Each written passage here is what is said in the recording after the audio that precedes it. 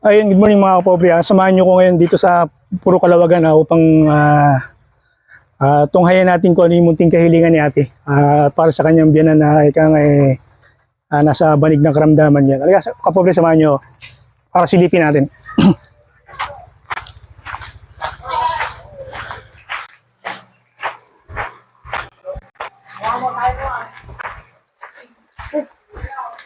Ito po, ganda umaga po.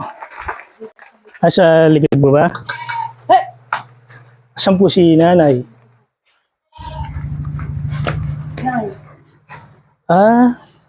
Nay, magandang umaga po. Opo. Ate, ito po yung konting para may mailuto po kay Lola. May ilaw po ba dito? Ala, sige. Kumusta po kayo, Nay? Kumusta po kayo? Ganito. Hindi na po kayo nakakatayo. Hindi nga.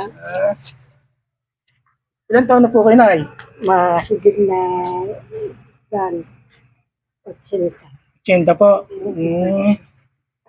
Kailan pa po nagsimula yan? Yung hindi niyo po pagbangon? Bakit? Biglang lang na hindi bumangon. Ano po ba naging cause kung bakit nagka-ganyan po kayo? Kung dahilan? Hindi ko nga. Anong dahilan? Natumba siya. Natumba siya. Natumba ako na doon. Noon, Biyernes Santo. Opo. Matigas ang ulo, nag-uurong pa. Opo. Bigla na lang natumba doon sa labas. Mula noon. Simula po nun, hindi na po siya nakakalakad. Mayroon na pong ilang buwan. Tatlo na. Bali, sino nila po ang nagtataguyod kay nanay sa pang-araw-araw na Kami magkakapit-bahay. nagtutulong-tulungan na lang po, ganun. Kung ano po yung mayabot ng kapitbahay, ganun. Oo.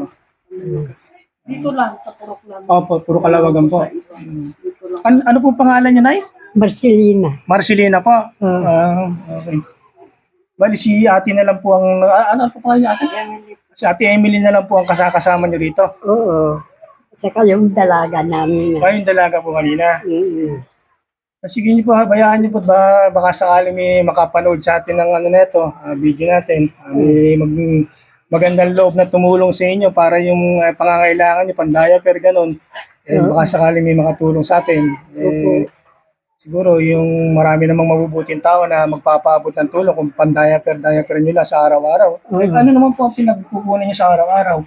Dati po, nakikitanim lang po ako talaga. Tsaka nakikilaba kung may magpalaba. Kung may magpalaba. Kaso talagang inano ko na yung sarili ko na magpatulong na lang kasi hindi ko na kaya eh. Wala naman po akong pagkunan. May mga kondin. Pare-pares din ang buhay namin.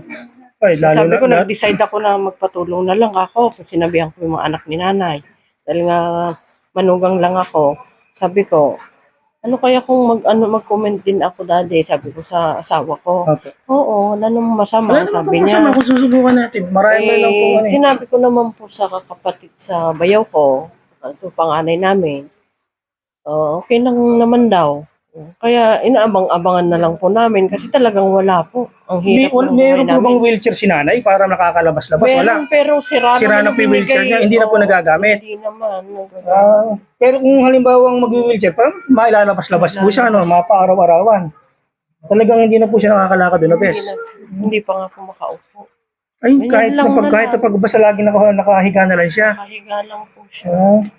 Kagaya ngayon, tapos na po taniman, di isa po Wala kayo na po kumukuha ng talaga. pang-araw-araw na gagastos para matustusan yung pangangailangan niya nanay sa Sabi diaper. ko, Wala. nanay, last na to yung diaper mo. Sabi ko kanina. Okay. Huwag mong tatanggalin. Tsaga-tsaga na lang. Sabi ko kasi kung walang diaper, itatain lang lang dyan. Magkakalat na lang po siya. Kalat. Kaya yun, dami din yung kalat. Dito lang din po siya nahihiga sa wala po siyang kutsyan, sige po nanay at siguro marami namang mabubuting tao na ika nga makakapanood ng video natin. Baka sakaling may magmagandang loob na magbigay ko ano yung may tutulong nila o may bibigay nila para sa inyo.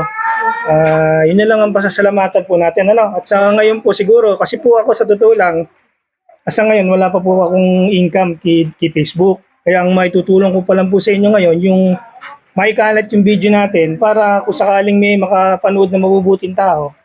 Ayun. Pero kung sumasahod naman na po tayo, siyempre, meron din po tayong ikukan sa inyo. Ngayon po kasi, nag-uumpisa pa lang po tayo sa pag-vlog, kaya naisipan ko nga rin si ate, nag-comment siya. Sabi ko, subukan ko na rin na i-vlog si ate para baka sakaling may makatulong sa kanya. Sa inyo, lalo na po sa inyo nanay. Ayun.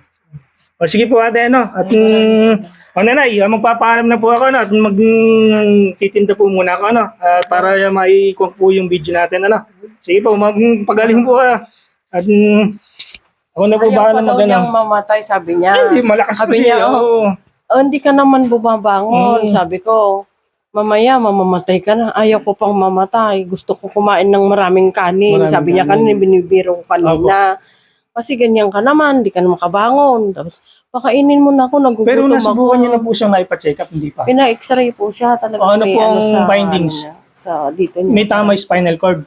Dito naman po ang naano. Sa ganito niya. Oh.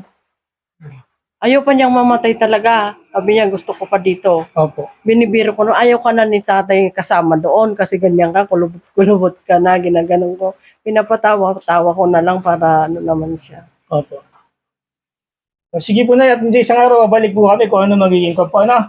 Sige po. Sige po, ate, ano? Sige po, Okay. salamat po. Ito,